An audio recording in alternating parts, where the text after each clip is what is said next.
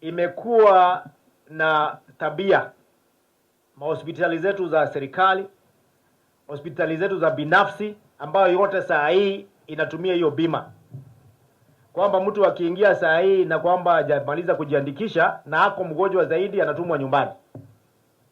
Tumesema kama serikali hiyo ni hatia, hata kama system haifanyi kazi, kwa sababu system imetengenezwa kwa sababu ya mwananchi. Usiseme kwamba internet hakuna, hatukuoni kwa system, stima imepotea, hatukuoni kwa system, system imeleta shida kidogo, hatuwezi kutibu.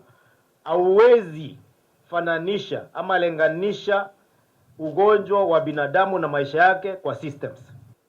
Kwa hivyo nataka mkuwe na imani kwamba bima ya SHA itakuja kukua bora zaidi, kwa sababu kila Mkenya atakuwa anapata huduma ya afya.